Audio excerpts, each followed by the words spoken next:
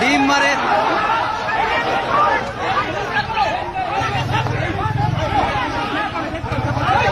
আমরা এখানে সিম্পলি আমরা আমাদের জুম্মা নামাজ পড়তে এসেছি।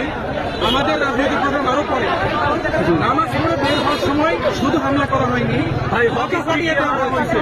হকি স্টিকে মারা হচ্ছে অলরেডি। কেন মারা হবে এখানে? হকি স্টিক কেন আসা? এটা আইন মন্ত্রীর এলাকা, এটা অ্যাটর্নি জেনারেল এলাকা।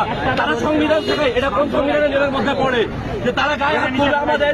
কেন আমরা কি করতে আসছি? আমরা এখানে ভাই এখানে আসছে, ভাইয়ের জিনাগার এখানে, সে একটা অতিথি মানুষ, সে তাহলে আমরা সর্বোচ্চ এখানে সুরক্ষা দিব, সর্বোচ্চ অধিকার পালন করবো। সেই জায়গাটাতে আজকে কেন আমাদের এখানে লাঠিচার্জ করা হচ্ছে? আমাদের এখানে ইয়ে করা হচ্ছে।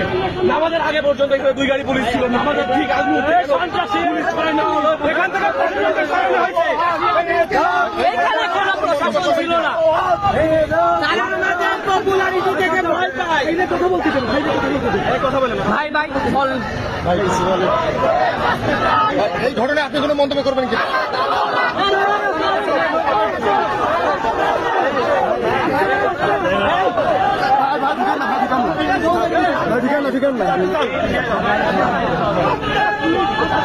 আমাদের আইনমন্ত্রী আসাদ ভাই,